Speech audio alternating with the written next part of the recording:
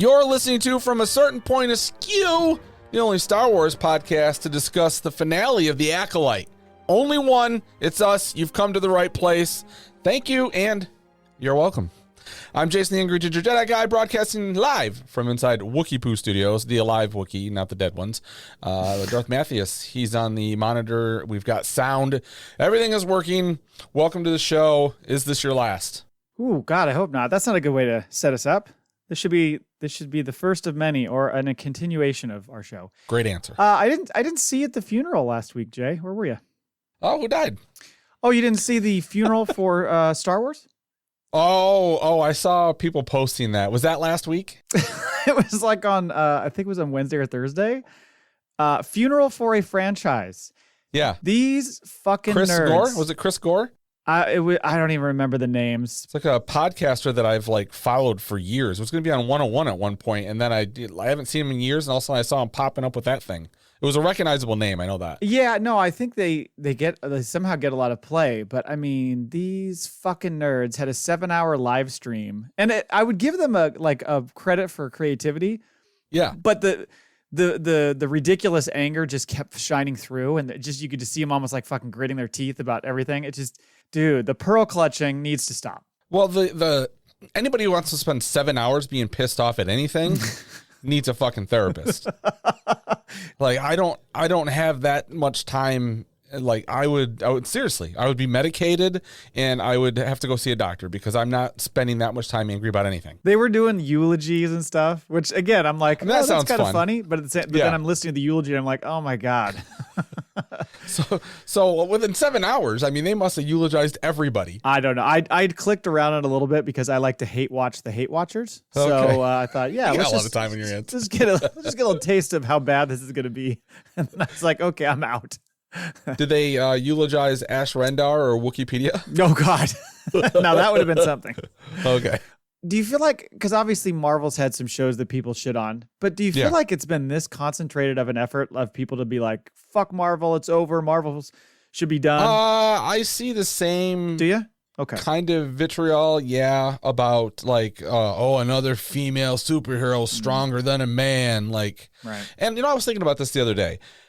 I don't want to give credence to, but I can kind of see I don't know who buys comics, but I would venture to guess it's probably skewed toward the male audience, right? Oh, so you think they're pissing off their audience because I think maybe some of it is you're trying to sell shit to the wrong people. But you don't think some of these guys who buy comic books are, very open to other genders being, superheroes and things like that? Oh, I would like to think so, but I've seen enough on Twitter where the answer is no.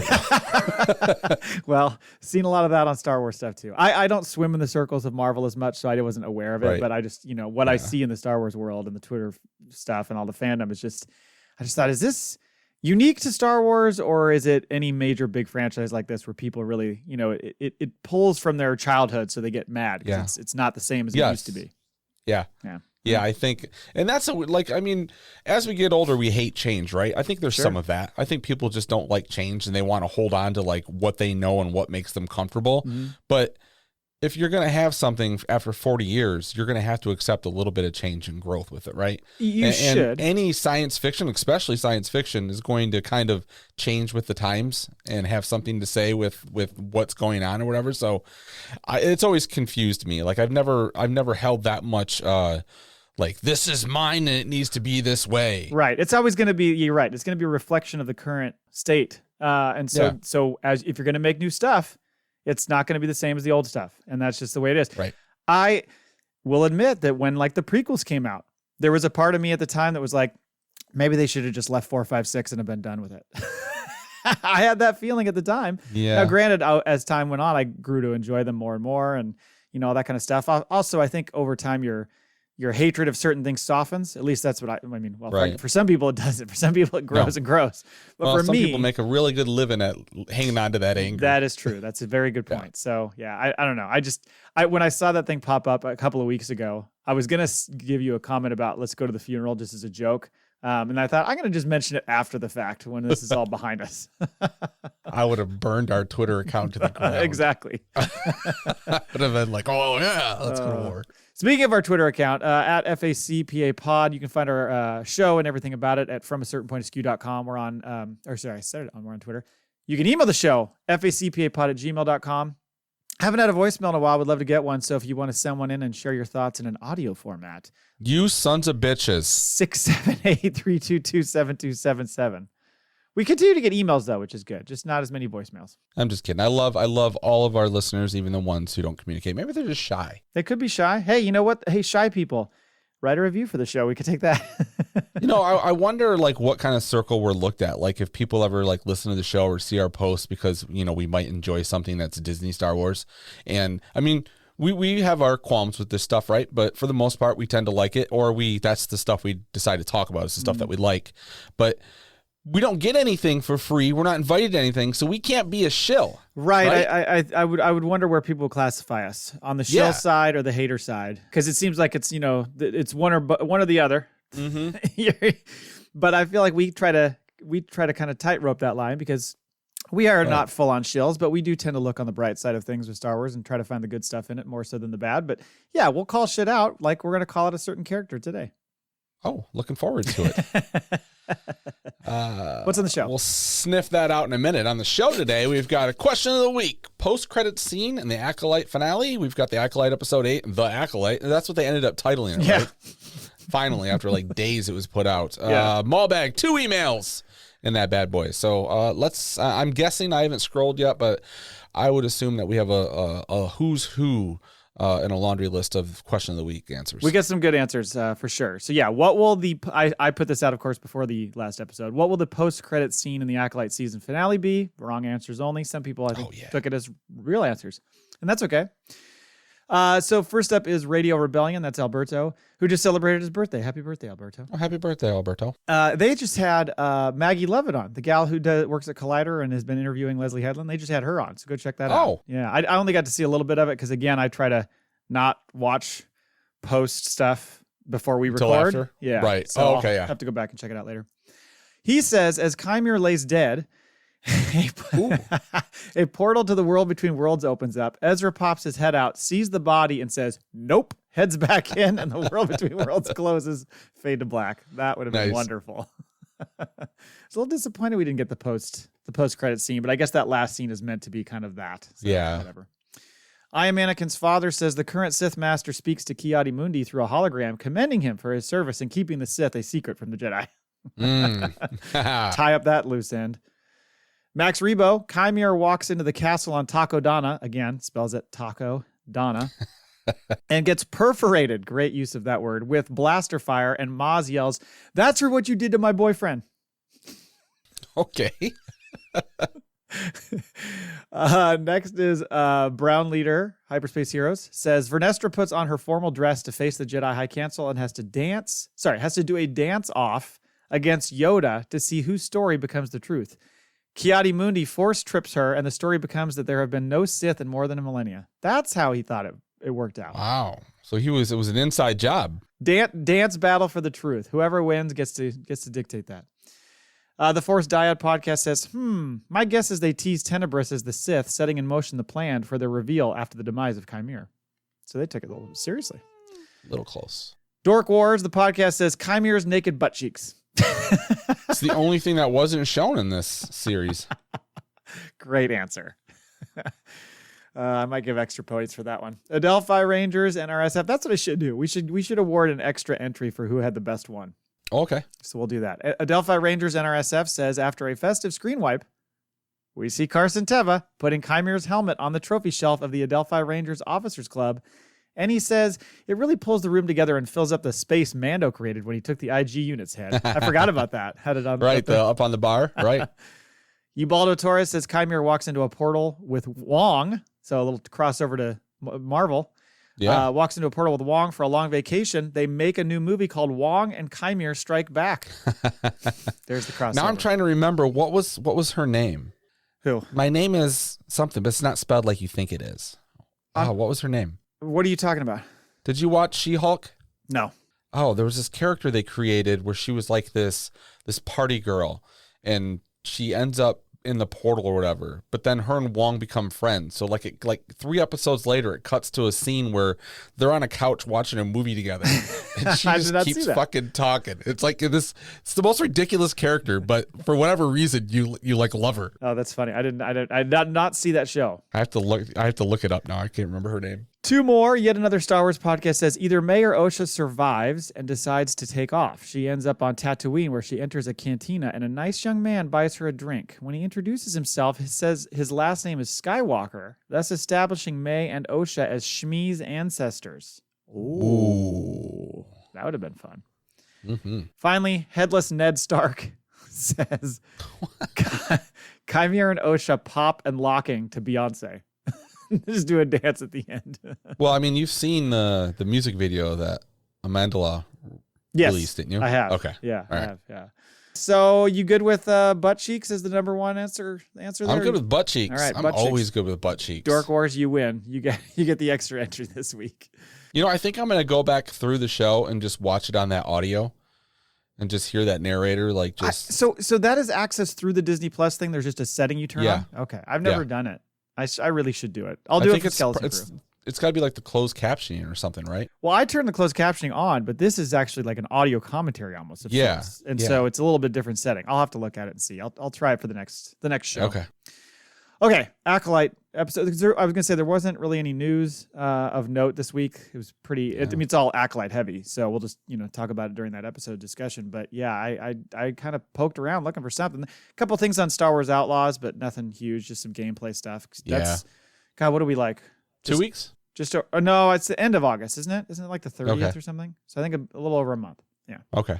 All right. So yes, The Acolyte. Clever title for the episode, like you said. Mm-hmm. The Acolyte. Was it good? Do you think it was good? I didn't watch it.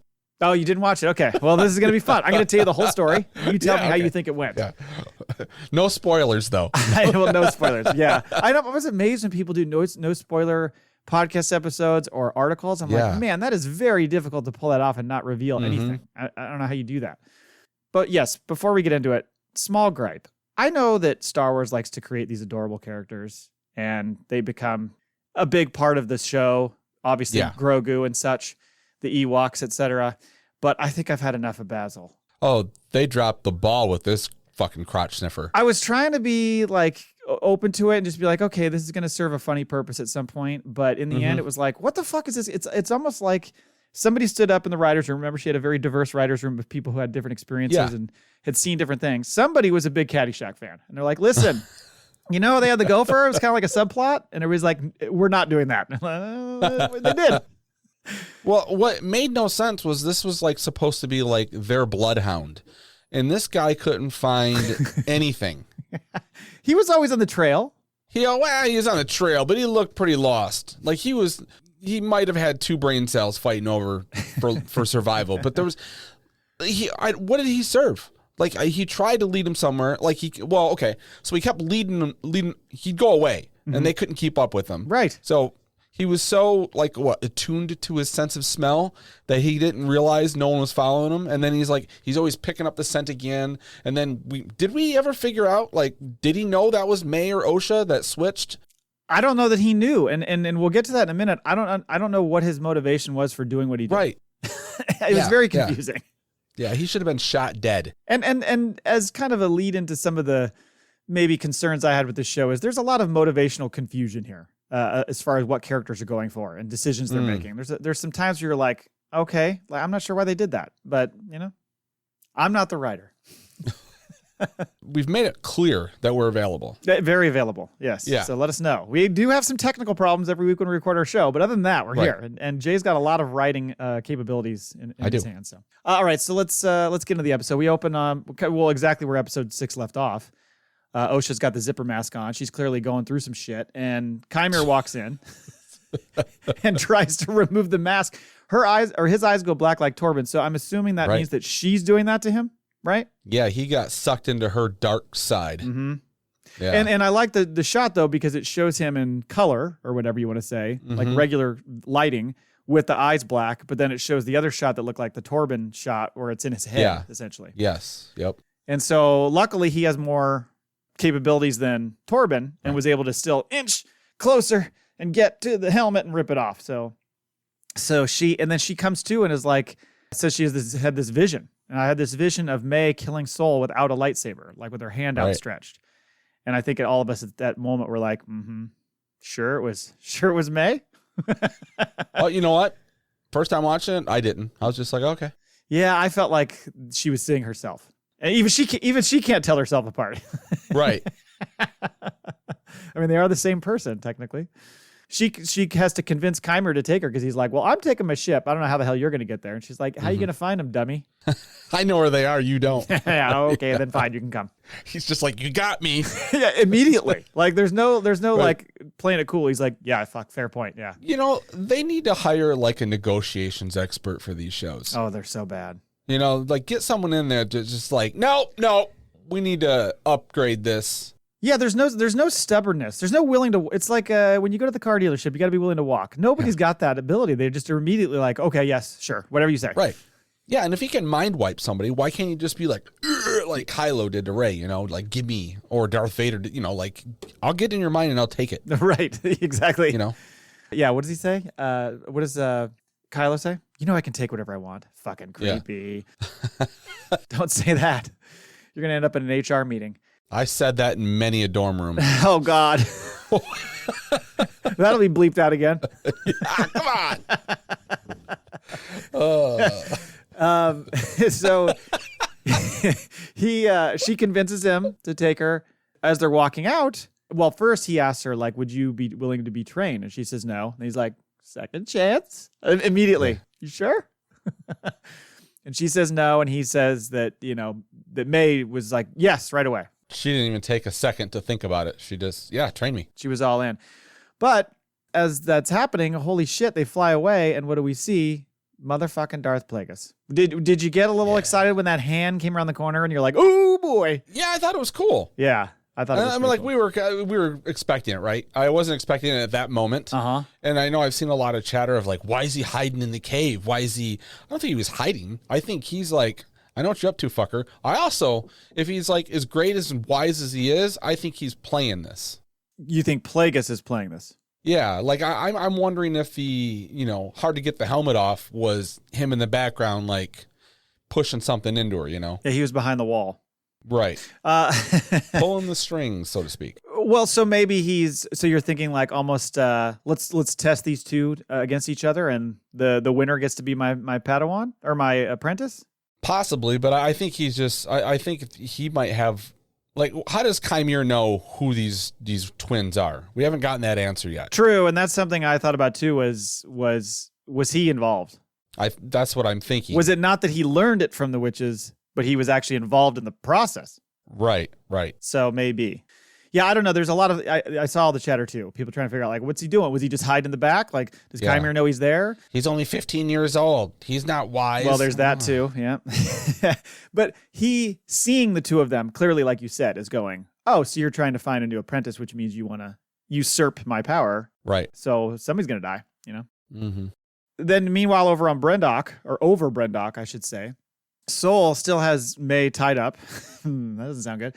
And he explains that he's going to contact Vernestra so that he can prove to her and the other Jedi that there is this vergence on the planet, and that's why they exist. It's funny because that seems to be his whole case that he's going to make, is that, hey, I did nothing wrong because there's this vergence. See? These people exist. This is a vergence. That's why I did what I did. I don't know that necessarily justifies what you did, sir, but that seems to be what his case is. That's what he's leaning into. May immediately calls BS, and she says, you know, you basically just want to justify killing my mother, and she blames him. And I'm sure there's a bit of guilt there that it would be nice to get a little bit of that kind of dusted off if he could. Sure. You know, he's like, well, I do kind of want to justify it. You're right. Well, right. And he sticks to it till the end. I mean, I guess there's your stubbornnness, is him just being like... He turned into a big giant cloud of smoke and you started to evaporate. I thought I was doing the right thing. Excuse me. Right. I thought you were being murdered by your mother in front of me. So that's why I did what I did. You know what? We can end this right here. Yeah. And take her out. Yeah, you know what? Forget it. Forget tying you up. I'll just, present my case on my own. You don't need to be here. Oh, so there were twins? Well, not really. It was the same person, and I killed the one. What? There were. That'd be a great excuse. So I Yeah. killed their mom, okay? And then this one just kept getting lippy. So I fucking killed her. Yeah. There's still one I left. mean, you get it, right, Vanessa? You get it. Right? Kids, right? Fuck. What are you going to do? I sliced mine in half. You whipped yours, Oh, man. tomato. Exactly. So May is blaming him and the other Jedi for the death of the Coven. And again, like I say, he's still trying to excuse what he did. He's like, hey, you were the one that locked the door, basically. You're the one that started the fire. He's Right. just still trying to make her feel guilty. And by the way, I kind of forgot about that when he said the thing about like, you're the one who locked everybody in. I forgot that happened, that she literally shut the elevator off so nobody could get out. Right. Yeah, and smashed the keyboard. Yeah, I didn't even think about that, really. But before he can finish his explanation of how May and Osha are the same person, they're not twins, she stuns him and then manages to get out to the escape ship, and then she drops the line on Sol as he's about to get close to her, which she says, "See you in hell, Jedi." Boy, that ruffles some feathers. People are mad about that. Really? Well, because the hell thing. And I'm like, and everybody's like, dude, Han Solo, Empire Strikes Back. This is not new. People get mad about that stuff. What do you mean hell? Why would they have a concept of hell? Okay. I believe there is a version of hell. Probably. It's probably called something crazy. Yeah. Yeah. I mean, man. Yeah. It's the little things. Sol, pursues her in the ship, and then he brings up his targeting computer, and that starts sniffing around, and he sees that he thinks that he's going to shoot her down. Do you think he was going to shoot her down, or do you think he was going to like do some sort of like pull her in? I was thinking like tractor beam or something. I couldn't figure out. I didn't think he was going to shoot her down. But I didn't think so either. Gorgeous fucking scene. Yeah, but that was pretty sweet. Yeah. But again, what is the motivation here for Bazil? What is he doing? Why is he disabling the ship there and not allowing him to? I think he thinks he's saving her life because it looks like he's just going to, drop some missiles up her ass. Okay, but he just attacked her on the ship like 6 hours ago or whatever. Yeah. So what is he doing? I think a rewrite and for that character could have been, or you know what? It could be one of those things where they like Yord's apprentice. Like we just don't see him again. That could be, and I'd be okay with it. Right. No offense to Bazil, but I just like there could have been just a camera shot, like when he was setting out the floor and she's still handcuffed, laying on the bed. Mm-hmm. Basil's just over on a bench somewhere, like curled up like a little puppy sleeping. Like there you go. We know where he is. We've established it. He's here. He's still on the ship. We don't need to do anything else with it. It's fine. Vernestra will take him back to Coruscant. It's okay. Yeah, I couldn't get over that. I was just like, why would he do that? It doesn't make any sense to me. But whatever. Anyway, so yeah, May crash lands on Brendok. And then we switch to Vernestra. So Senator Rayencourt, we finally get David Harewood. Well, hold on a minute. I just want to shout out, like, apparently neither of these sisters can die in a crash. Yeah, they're very good at surviving. Like they've both been through one. First episode, last episode. They're the crash test twins. Yes. The crash test yin-yang twins. So Senator Rayencourt comes in, and he's visiting Vernestra to kind of lay into her. David Harewood. So we were kind of wondering, like, is he going to end up being the Sith? We haven't seen him yet, so he ends up being the center. I really like this scene, by the way. Yeah. The exchange between them was great. He's accusing Vernestra of running a murder investigation without sharing any details with the Senate. And she doesn't deny that, but she's like, hey, I got the authority to do this. Mm-hmm. And she then lets it slip that all the victims of this were Jedi. And he's like, all the victims? All of them. How many now? So who killed them? Another Jedi? Exactly. It was nice to see you today. Right. Yeah. Because, that's what he says. Is the suspect a Jedi? And she kind of steps around that question. And then we get this interesting comment from him. He says, I think the Jedi are a massive system of unchecked power posing as a religion, a delusional cult that claims to control the uncontrollable. Which is probably tough to hear from Vernestra, but she's also probably like, ooh, I don't know what to say to that. this is like Andor level politics going on here. It was. I enjoyed this. And, he's got some good points here. Yeah. It reminded me a little bit of the isn't that in Civil War in Marvel? When they are like, hey, we can't we can't just let you guys do everything unchecked. Like you gotta fucking play by the rules here. So he mentions that the Jedi can't all control their emotions like they claim to. And he says, quote, you project an image of goodness and restraint, but it's only a matter of time before one of you snaps. Like anybody, though, like this is a true statement for anything, right? I mean, look at any powerful force through history. Like, they always burn themselves down at some point. Right. Especially if you're unchecked and you have the free range to do whatever the hell you want. So, and he says, who would be strong enough to stop this person if they snap? And it's like, well, yeah, because I mean, eventually, if you're going to look forward 100 and something years, there's a kid that snaps pretty hard. As he leaves, he mentions that there's this tribunal that she's going to need to explain things. So he's like, basically, like, you got to get your shit in order because we're going to have a conversation. The next scene, they show Vernestra putting in a request over the phone. And she says, I know he is, but I need to get a message to him. And the voice in the line says that it's highly unorthodox, but he'll see what he can do. I'm assuming this is a reference to Yoda and her trying to get a hold of Yoda. Yeah, I think it's like it's her receptionist or Yoda's receptionist. Okay. Because a lot of people were saying that sounds a lot like Pelps. Yeah. But there's no way it's him. But it did. The voice does kind of sound like him. Yes. Right. And they're like, it's the it should have been, I just thought of this. It should have been when she made that call, they should have been like, and you're with the David Spade SNL skit. Yeah. And this would be related to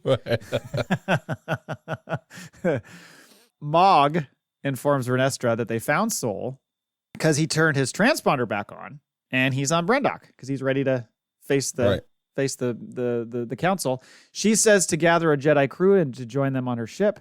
When he asks if she expects a confrontation, she says a resolution. Little foreboding there. And then we go back to Chimera and Osha. They're flying into Brendock, and she can sense that Soul and May are already on the planet.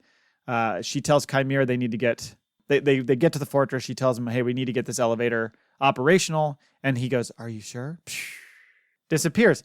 How the hell does he just fucking shoot up there into the fortress? How does he pull that off? I don't know, because they didn't show it. No. Is it because I don't know. Is it because he knows how to climb up the little shaft that May knows how to get into? I don't know. All of a sudden he just fucking disappears like he's a goddamn, night wit or night sister or whatever, and just he can float down. Maybe he can float up, shoot himself up. Yeah, Mary Poppins his way right up there. Yeah, there we go.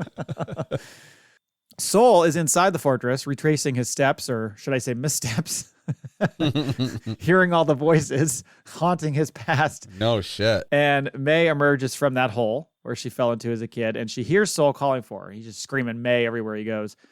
And that's when Chimera shows up and attacks Soul.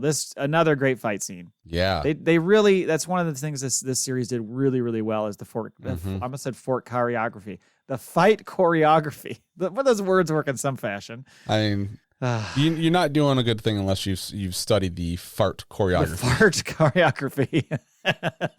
We got to be in sync here. Yeah. They battle. They make their way outside, and we get this nice, crouching tiger, hidden dragon, little floaty maneuver down. Right.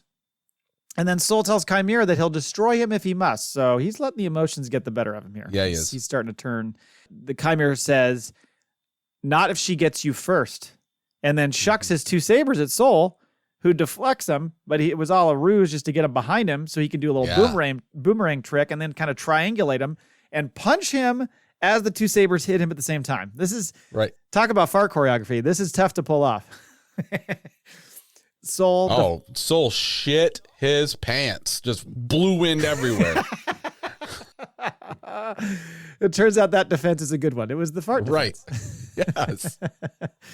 So that sends everything kind of away, knocks him over. And then meanwhile, May wanders in. We get like this cut over to May. She wanders into her old room in the fortress where Osha confronts her, and Osha is, still blaming this whole mess on May. And May's like, Soul killed our mom, and she's not having it. I think deep in the back of her mind, Osha's going, I think she's right, and I'm just going to battle this all the way because I can't admit that that's what happened. Big time denier. Very, very big denial. She tells her she didn't. May tells Osha, you didn't fail to control your emotions. It was Soul who failed you by essentially causing these emotions. And Osha's not hearing it. She attacks May. They fight. Great martial arts battle. Really cool to see them fight. I've seen people complain about the martial arts stuff, and I like it in the Star Wars. I think it makes a lot of sense. I love it. I don't know why people would be mad about it. Like, how else are you supposed to fight? Right. No, it's great. Yeah, I think so. And then how about that transition with the fucking leg kicks in the air to turn into lightsabers? Yeah. That was awesome. Mm-hmm. Vernestra's ship flies in, and Soul tells Chimera that he'll pay for what he's done. He's like, they ain't here for me, dude. Right. They don't know I exist. Exactly. So he manages to, in a series of moves here, destroy Chimere's saber. Did you think he was dead? Did you think he sliced Chimera in half when that happened, that first move? I thought he was dead. Yeah. I was like, uh-oh, don't. And I literally said out loud and watching with my family, no, I don't want him to die. I don't want Chimera to die. So that was a little concerning for me. And then, so May sneaks in. She starts attacking Soul. And that's when she manages to steal his saber. And when Chimera tells her, hey, use your anger, strike him down, and your journey will be complete. He's using the language that we hear later, of course. And she chucks his saber, and they show a close up, and it looks like whatever the crystal was in breaks. Yeah, she chips off like the knob or whatever to it. Right? Yeah, so it exposes the cover it, piece where you would put it in, right? Mm-hmm. Yeah. And then May says she wants Soul to confess. She doesn't want to kill him. She wants him to own up to what he did and face the council and deal with his punishment essentially. You're not going to get off scot-free by me just killing you now. You're going to have to deal with your fucking guilt. Mm-hmm. Again, Soul sticking to the narrative. I did the right thing. He's explaining how he thinks that he finally tells her that your mother used this Force virgins to create the two of you, and really you're the same person. Which, how do you take that when you're May? You're like, what the fuck are you talking about? Yeah. That's a tough one to understand. I'm the same person as the other person. You drinking a little bit here? Exactly. I know it's been tough times for you, dude, but these are wild theories you're coming up with. What forums are you reading online where you got this theory? Soul admits that he killed Anastasia just as Osha shows up to hear it. Yeah. She has picked up his saber. He's got that look on his face like, she's behind me, isn't she? Oh, fuck. She's here? I didn't mean it. I was just saying it for their benefit. He keeps going with the, right thing to do, blah, blah, blah. And Osha, smartly asks, well, if it was the right thing to do, then why didn't you tell the Jedi? Fair point. Mm-hmm. He says, well, because I had to do this. I had to cover up everything because the Jedi would have sent you away. You were already too old to be trained. They wouldn't have basically given you any leniency to stay with us if they knew all this about you. And so I was essentially trying to protect you and protect your dream of becoming a Jedi. I got to say, I think all of this holds up in court. Yeah? Yeah. It depends. I think they're right on both sides. His reasoning, it's not right what he did, but it's also he's right. They would have sent her away. She had lost her family and everything. He was willing to take care of her. She had nothing else. So, right. The ends justify the means, kind of. I think whatever the law is, you're going to have a tough time winning from a legal standpoint, because in the end they're going to say, well, then maybe she wasn't meant to be here. We should have sent her away. It was just the term I used. Okay. But I mean, come on. If you're going to murder someone's mom, I think at least you could do is raise the kid. Well, sure. I'm just thinking who's on the jury and how lenient are they going to be? Right. Yeah. That could be a big. It's like a Cantina cast on the fucking jury. Right. Then as he's telling her about this, trying to kind of plead his case, she finally just goes, "Stop talking," and she literally means stop talking because she's now force choking him from her pocket, just hand in the pocket, force choking. That's a nice trick. You didn't see that one coming, did you? No.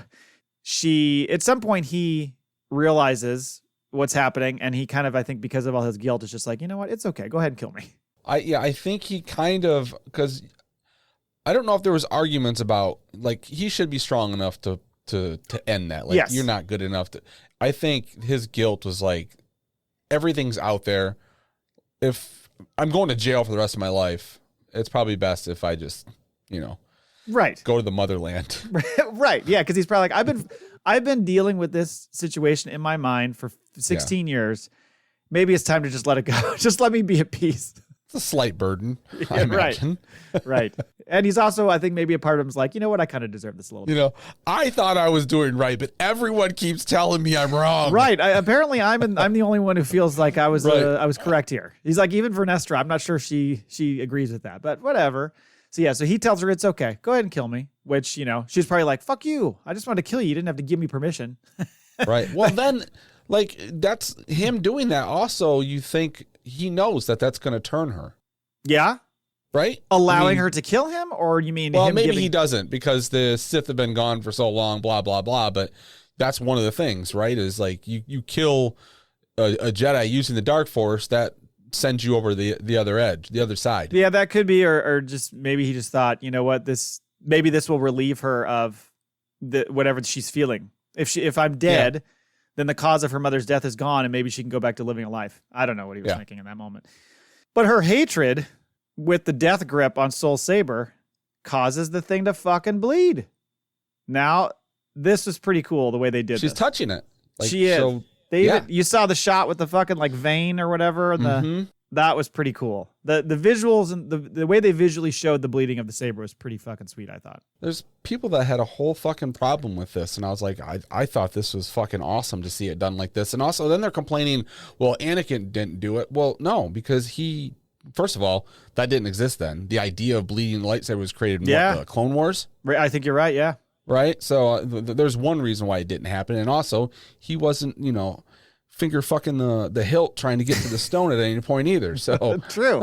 It wasn't exposed. The crystal wasn't exposed, right. So it wasn't that easy. Yes, you're right. Yeah. I thought it was great. I thought it was a cool way to show that, to demonstrate it. I think that's maybe what it is when you have a show that is so, I don't know, divisive for some fans, anything they introduce that we know is in Star Wars but has not been seen in the visual medium before, they get mad like, how do you get to do this? Why do you get to do it with this story? Right, and like, who the fuck doesn't want to see Cube, the lightsaber bled, right? Who doesn't want to see, like, everyone wanted to see, of course, now I lose his fucking name because I'm in the middle of podcasting, but... Chimera. Nope. Soul. Oh, now you look like you're jerking something off. Not Tenebrous. Plagueis, okay. Right? Everyone wanted to see him live action. You get to see him, and half the world's all pissed off because he's in a cave. What do you want him to be doing? Playing video games? Well, yeah, what is he? I don't know what he's supposed to be doing. And I think... Right, sitting on a crown or a throne. Edit that out. Well, right, because the Sith are like... they're not outwardly living. They're like, they're in the shadows. That's literally where they're supposed to be at this point. So why wouldn't he be? Also... it's his fucking cave. That's true. Good point. Like, so why don't you just back up? Fucking guy can't even be home. No. Yeah. Where is he supposed to be at this point? Is he like on a fucking beach in Scarif? Just like soaking up some sun? No. He just got back from vacation and his kids are fornicating. Like, he's got some shit to deal with. Yeah. It's like, Jesus Christ, was this going on while I was gone the whole time? I leave you alone with her for a week. Yeah, Chimera, no more sleepovers when I'm gone, okay? We're not doing that again. Yeah. You lost your privilege. Oh, he's had this twin fetish forever. Chimera kind of reaches out to her after Soul is dead. Like, oh, you okay? And she just fucking takes a big swipe with the saber as we see it turn from blue to red. Don't touch me. No. So pretty cool scene there, I thought. Then we go back to Vernestra and the Jedi. They land, and immediately she goes, so she senses Chimera, and she goes, you're alive? And he goes, oh, fuck, put the helmet on. His fucking reaction is like, oh, shit, mom's looking for me. Like, oh, my God. He was like, oh, shit. He, like, notices the street lights are on, and he's supposed to be home. Right. He is late, man. Curfew is on. He gets that helmet on so fast. Now she can't see me. Right. Yeah. So May then tells Osha, hey, like, we got to get the fuck out of here. Things have gone pear-shaped. Let's go back to, she takes her back to that hole that she fell into years ago. And then we realized that it was a Luke and Empire Strikes Back situation. Yeah. She floated into that, whatever she called it. I can't remember what she called it, but it was a something tube. So that was kind of a cool call forward, I guess you could say. Vernestra sees, they arrive at the site. She sees Soul's dead body and she hears some Force echoes from, events that took place there. She tells the Jedi to use the tracker and to find the twins. And then we go back and May is leading Osha to the Bunta tree and they have this emotional conversation where they're like, apologizing to each other, trying to reconnect or whatever. But here's Chimera. And he explains that Osha can't turn herself into a Jedi because they'll kill her like the way they did on Asaya, essentially. Like there's no way for you to make it through this. You can't do this. Not to mention, why are you trusting the Jedi at this point, Mm-hmm. And then that's when Osha offers to take May's place as Chimera's apprentice. Chimera says he can wipe May's memory so they can't use her to find Osha. Okay, there's a lot going on here. that is like motivationally, this is where I was confused. I was like, I just told you can't do it, but I'll let you do it because I'll wipe your brain. Yeah, I did that and like, I feel like his motivation was it worked, and then he gave in because she was willing to go and be his acolyte. Well, no, I think that's all he wants. I think, yes, he wants an acolyte. That's what he literally said in episode 4 or 5 or whatever it was. And I think Osha here is taking one for the team to kind of, protect May. Yes. But I don't know. It's, again, just motivationally, it seems weird the way that all went down. Well, it seems weird that she wants to go back with the Jedi.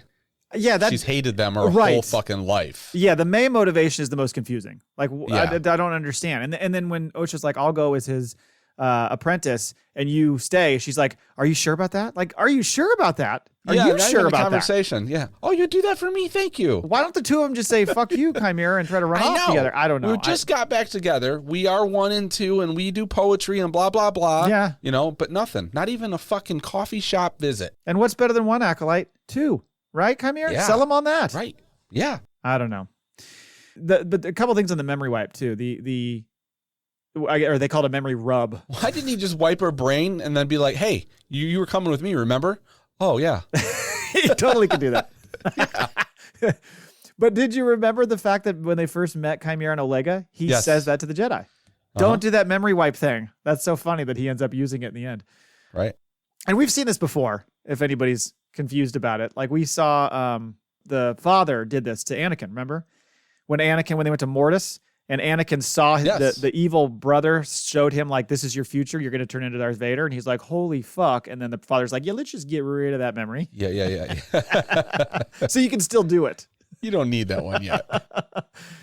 Also, I just thought, how do you agree to the memory wipe? Because you just got reunited with your sister. Now you're just going to willingly accept that you will just not know who she is anymore, just so you can go with the Jedi and live a different life? Well, I guess it was. It was. Did they wipe out the memory that she would know where she'd be? Yeah, because she doesn't remember having a sister, does she? That's the thing. She remembers the killing of her mother. She doesn't remember having a sister. Yeah, that is odd. Yeah. Which I thought I was like, as they're doing this, as he's doing the mind erase, and I can just see like, the in progress thing on the computer screen going, we're 40% done with the mind wipe. I thought she's going to look at her sister and be like, who the fuck are you? But no, she just literally is like, I forgot our nursery rhyme. Anyway, bye. I don't know.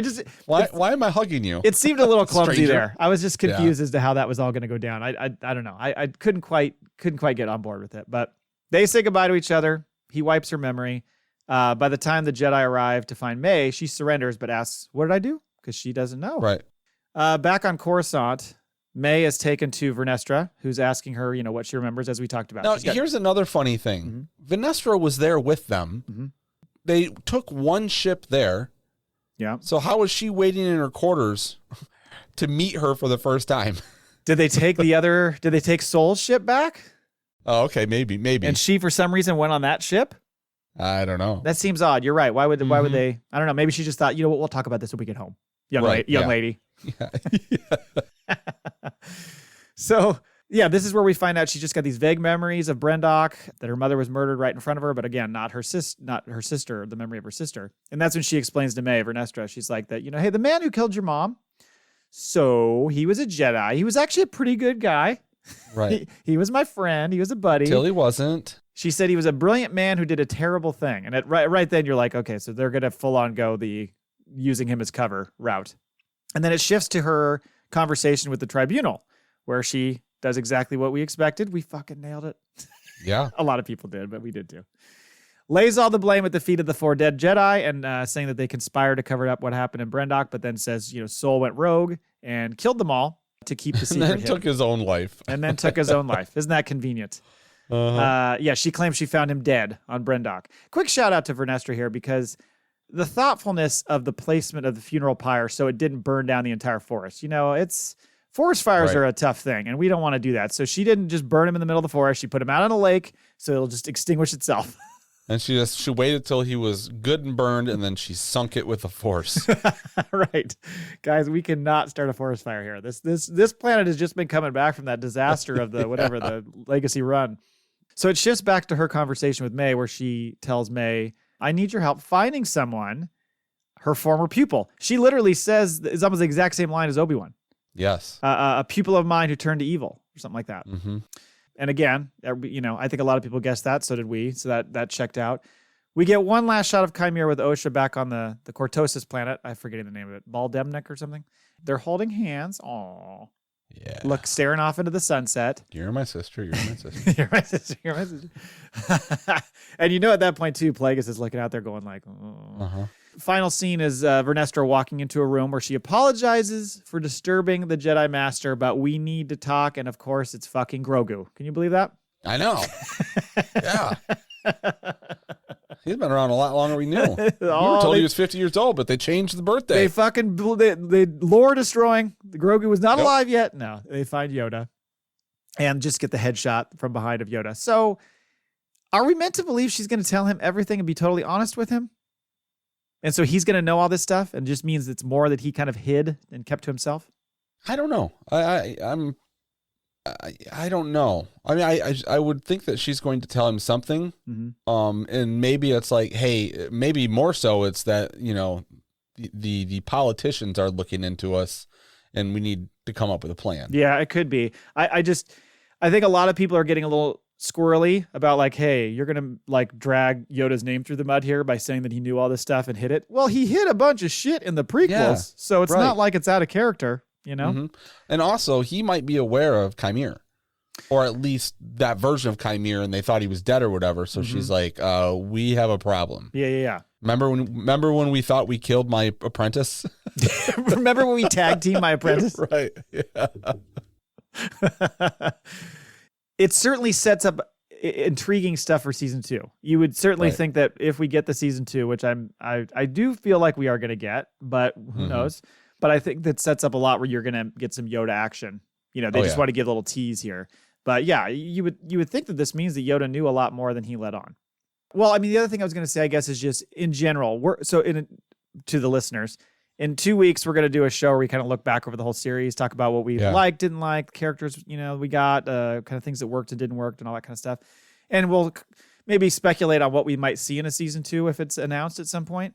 So we don't have to get too deep into it. But they wrapped up the immediate story and left a lot of open threads, which I think is what the goal of the show was for season 1. Mm-hmm. So I thought that worked out well in the end. Agreed. That was it. Anything else on the Acolyte? No. Okay. We will get into it more next episode. We're going to take next week off and then we'll get into it more.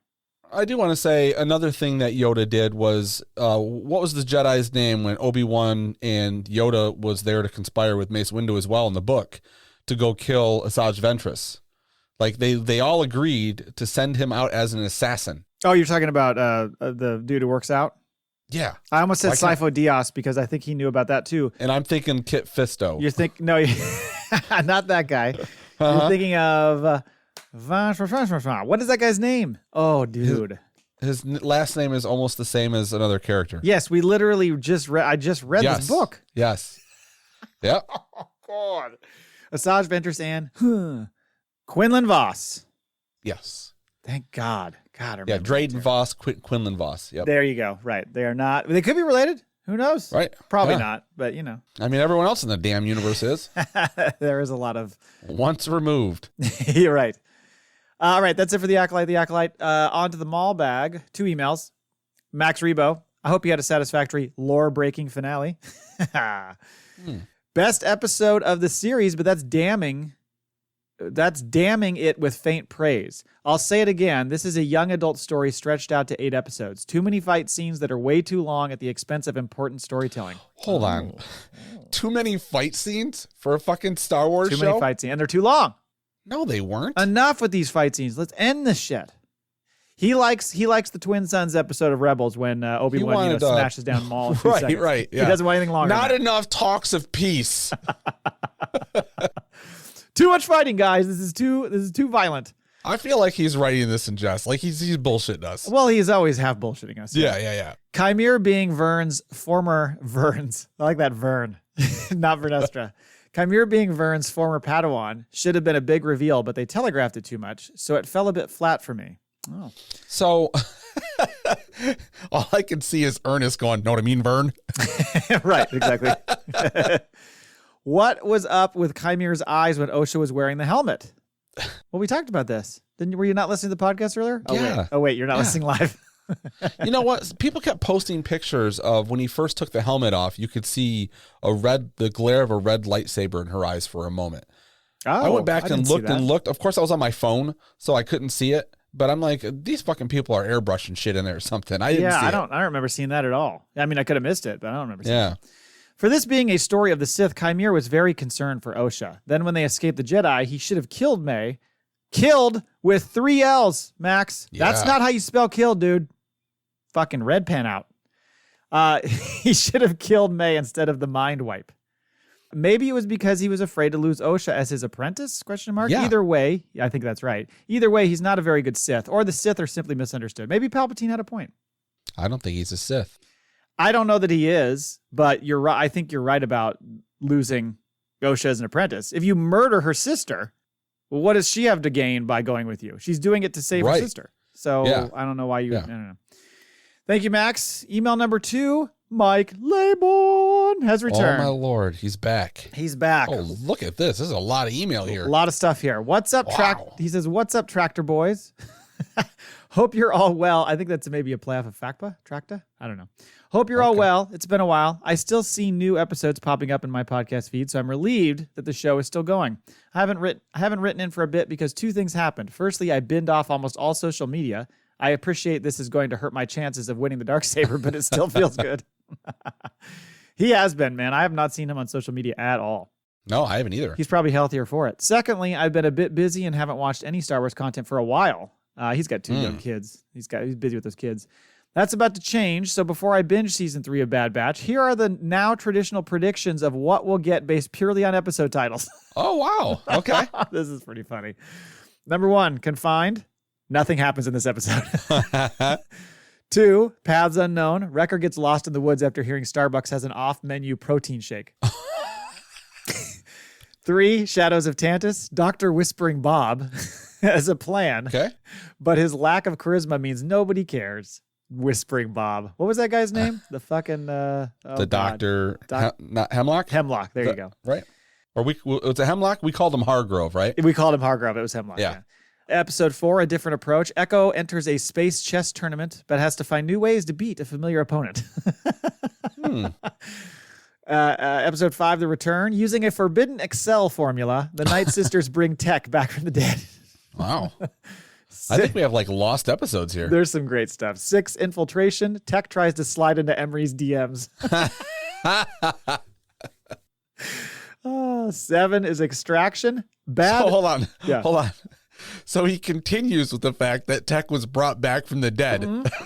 So the whole storyline continues the whole way. That's the brilliance of it. 7, Extraction. Bad Melu run fruit gives the batch space diarrhea. Extraction. Yep. 8, Bad Territory. There's hilarity at Sid's karaoke bar when Hunter can't remember the words to Bad Medicine. Okay. I wonder when he thought of this. Is he just sitting up at night and just like, I'm just going to type this out. Number 9, The Harbinger. Desperate for credits, Wrecker takes a job as a town crier. What are you talking about? Identity Crisis. After a knock on the head, Rex believes he's in the supporting cast of Bridgerton. Can the Batch restore his memories?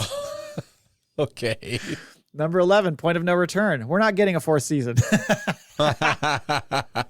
True. 12, Juggernaut. It's the Bad Batch X-Men crossover event we've been waiting for. I love it. 13, Into the Breach. Desperate for intel, Hunter takes up speed dating. He's looking for a mom. Exactly. I got to offload this kid. 14, Flash Strike. To rescue Omega from whatever trap she fell into, the Batch have to cross a picket line. Flash Strike. And finally, 15, the cavalry has arrived. Cornered. Help arrives in the form of Quinlan's upper body Dave Voss, there you go, and his on-off lady friend Asajj Ventress. But why are they really here? I think I would have liked to have seen this season that Mike concocted. Once I've smashed through these episodes, like your Republicans smashed through female reproductive Supreme Court decisions, okay. I'll catch up on the pod, and then I'll be back with some predictions for the Acolyte, which I've heard is universally loved by everyone everywhere on the internet. Yes, you would. It's a good thing you say it away. Peace, Mike. Thank you, Mike. Great to hear from you. Good to hear from you. I look forward to your Acolyte predictions. And that is it for the show. Thank you, everybody, for your question of the week answers, your emails. You all get entries. Yeah.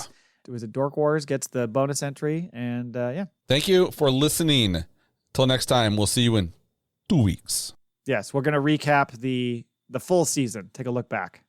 Mm-hmm. And then we're going to figure out what we're going to do from there. We've talked about bringing some guests on, so we'll probably do some of that stuff. But we got a little bit of a gap before Skeleton Crews comes, so we'll be doing some things. It might be a little bit, the timing of our episodes might be a little bit here and there, but, we'll do the best we can. Well, some fun episodes. Yeah. Oh, I was going to write a Chimere OSHA erotica or something, right? I think you were, and we're going to do that. That's part of Fact didn't they post they shot a kissing scene, but they didn't air it? Right. I forgot to mention that. You sent me a tweet about it. There was a kissing scene that they filmed, but they didn't include in the actual cut. Same with Twisters. What's going on, man? They're leaving kisses out of everything. I don't know. What's that young generation that doesn't believe in sex? What are they being called? Generation Z? He's pissing me off. As Gen X guys, we got a lot of boobs in movies and stuff. It was great. I know. Oh, they're haunted, these poor kids. Wrap it up. Thanks for listening. Till next time. Laugh it up, fuzzballs. We have spoken.